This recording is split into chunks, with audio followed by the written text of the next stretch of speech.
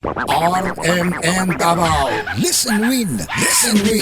Nadakparan na to karon mga kasama ang ato ang suking tigpaminaw. Unsi pangalan ni ma'am?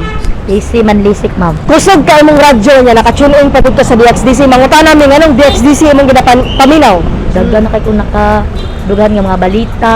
Karon ma'am, mga daghan-daghan sa mga kandidato, ma'am, ana.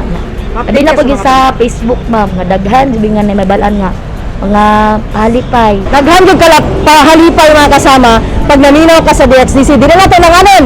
Nami dala sa imo ha among team na idala sa imo karon. Ang ato ang init kaayo nga lechon manok, dawata, ug bugdo kay nga soft drinks. Ayan. Salamat kayo, DXDC. Wag ko ka pan karon nga matagat. Salamat. Daghang kay salamat ma'am and congratulations ma'am Daisy Manlisik.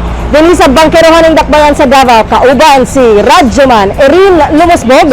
Kini si Radyoman Arnie Ganita, Tatak RMN. RMN Davao. Listen win. Listen win.